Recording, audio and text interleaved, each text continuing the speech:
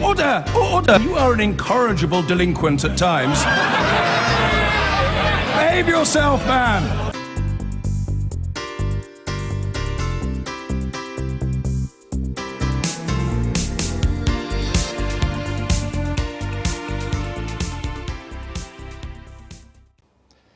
Now, during the EU referendum campaign, leading Remain supporters repeatedly warned that a vote to leave the European Union would cause immediate damage to the economy. 3 months on, were their forecasts accurate? Since the vote on June the 23rd, the economic news has been pretty mixed. The value of the pound has been in pretty steady depreciation since referendum day, falling to a 31-year low against the dollar. It was as low as $1.18, but has since rebounded a bit. The weak pound left Tesco in a situation. They stopped selling Marmite and other products for a day online after a price row with a supplier. And a leaked Treasury report said that government tax revenues could be down by $66 billion a year in a post-Brexit economy, though the report emanated from Project Fear days. However, many of the short-term economic fundamentals still appear to be strong. The dominant service sector grew a healthy 0.4% in July. In the same month, the unemployment rate dipped to under 5%, the lowest it's been for 11 years. House buying has also been rising since the referendum. Nearly 110,000 properties were purchased in August. So what's the truth? Is the economy already suffering from the Brexit blues or not? Joining me now, former Shadow Europe Minister Pat McFadden from the Labour Party. He was a minister in Gordon Brown's government. Welcome to the programme. Do you now concede that nearly all the short-term economic forecasts, the short-term ones made by the Remain campaign, have turned out to be untrue at best, scaremongering at worst? No, I don't. I think this week was the week that the beginnings of the economic effects of Brexit began to take hold, most obviously on the currency fall. You talk about short term. This began on the night of the referendum itself, and it was given booster rockets by the signals sent out from the Conservative Party conference. Now, in terms of the warnings next to the reality, the warnings about the fall of the currency speculated that it might fall in value by about 12%. The reality is closer to 20%. Right. Well, let's just look at some of the warnings. We'll come back to the currency, because that is the one thing that's clearly changed. But let's just look at this. The Treasury report on May the 23rd said the following. A vote to leave would cause an immediate, by emphasis, and profound economic shock. The effect would be to push the UK into recession and lead to a sharp rise in unemployment. That turned out to be untrue, didn't it? What's happened here, I think, which isn't in line with those warnings, is that consumer confidence has remained high. I think the actions of the Bank of England in cutting interests have been important. So the short-term effect in terms of consumer confidence and employment hasn't turned out in line with that. But I think it would be complacent in the extreme to conclude that from the effects of the currency, which we know also from the Bank of England's comments the other day, are going to feed into higher prices, which will hit lower income consumers hardest. I understand, but that's for the to say future, that we were out of and the we woods don't here. know yet, and we'll come on to that, but for the short term, I mean, let me just show you another one. A month before the referendum, George Osborne, he was then Chancellor, said this: can we knowingly vote for a recession? Does Britain really want this DIY recession, he called it, because that's what the evidence shows we will get if we vote to leave the EU. That turned out to be wrong too, didn't it? Well, we're not in recession, but if you look at the forecasts of economic growth over the next couple of years, the Bank of England have forecast growth next year to not be the 2.3% it thought before the referendum, but to be 0.8%. Is it forecasting a recession? It's not forecasting a recession. Is anybody now forecasting a recession? But it is forecasting a slowdown. A slowdown, right, which would mean that our GDP, after 2 years, would be £45 billion less than the estimates before the referendum took place. But can we just, and it might be wrong, because look, it was wrong about the recession. Is anybody now forecasting a recession?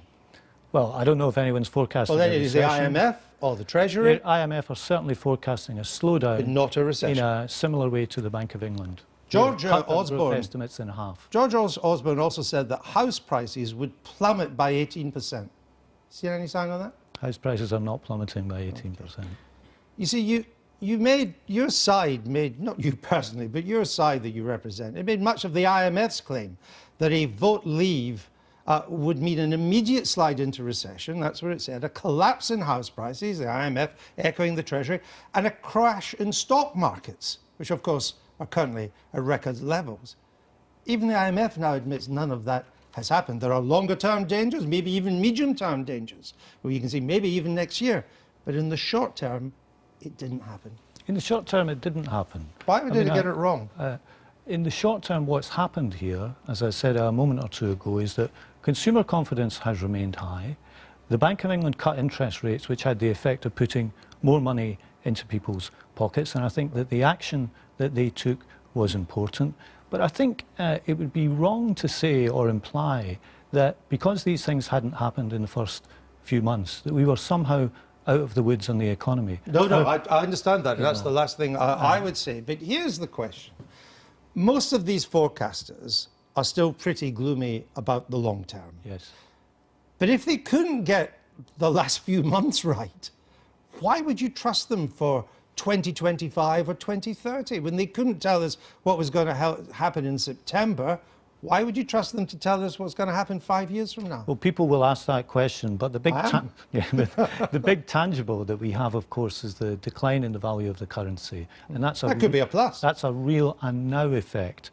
And we can talk about whether it's a plus or a minus, but it's got plus and minus, hasn't it? What the governor told us the other day was that this would bring inflation back. To use his words, it's going to get difficult, particularly for people on lower incomes, and that will feed into people's purchasing power. And what's happening here is that the international markets are taking a view of our future prospects, and at the moment, it's not a vote of confidence. Do you agree with the latest Remain mantra that the people might have voted to leave the EU, but they didn't necessarily vote to leave the single market? I do agree with that. All right, if you do agree, let me just, because a lot of people said people who voted to leave didn't know that's what they're voting for. So let me just show you a clip from David Cameron at the height of the referendum campaign. What the British public would be voting for, hang on, let me just finish. The British public would be voting, if we leave, would be to leave the EU and leave the single market. We'd then have to negotiate a trade deal from outside with the European Union. There you have it. Loud and clear on BBC television. Voting leave means leaving the single market. Not losing access to it, but leaving the membership of it. We've got George Osborne on tape saying exactly the same thing. So why do you make out that Leave voters didn't know what they were voting for? Well, I'm not saying that they didn't know what they were voting for. I think people voted Leave for a number of different reasons. For some, it might have been immigration. For some, it might have been that promise about £350 million a week more for the NHS. For some, it might have been sovereignty and so on. But there are a number of countries outside the EU which can have full access to the single market. We know about Norway and so on. Sure, but they all pay in and they all have to have free movement, which is not what the British people voted for. We can come on to that. But what I'm saying is it is not the case that when you're outside the EU, you necessarily have to be outside the single market. And the reason this is important is because this has been a cornerstone of British economic policy for many years, particularly in terms of our inward investment offer to the rest of the world, and the reasons why both manufacturing industry and financial services has invested and created employment in the UK. And I think it would be cavalier to begin this negotiation by just closing the door on all that. Is it Labour's policy, can you tell us? I know you don't speak for the Labour leadership, but is it Labour's policy to remain in the single market?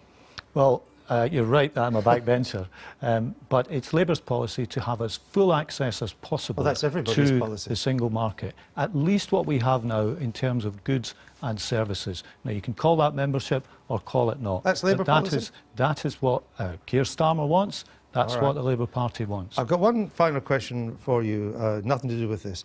The All-Party Home Affairs Select Committee is blaming Jeremy Corbyn's lack of leadership, their words, for creating a safe space for what they call vile anti-Semitism. Do you agree with that? Well, I think this report should be taken very seriously. I think the atmosphere in the Labour Party, there's been a lot of nasty things said on social media over the past year in particular. I hope we don't make the mistake here of shooting the messenger. I hope we take the report seriously, and I hope we don't fall into the trap that sometimes I see when these accusations are wielded, that we point to anti-racism records and say, look at our virtue in our record here, that must mean we can't be anti-Semitic. Let me be clear about this. Pointing to your own sense of righteousness is no excuse for nastiness or cruelty to someone else. So I think we should take this very seriously indeed. Pat McFadden, thank you for being with us this morning. I've been getting away with it all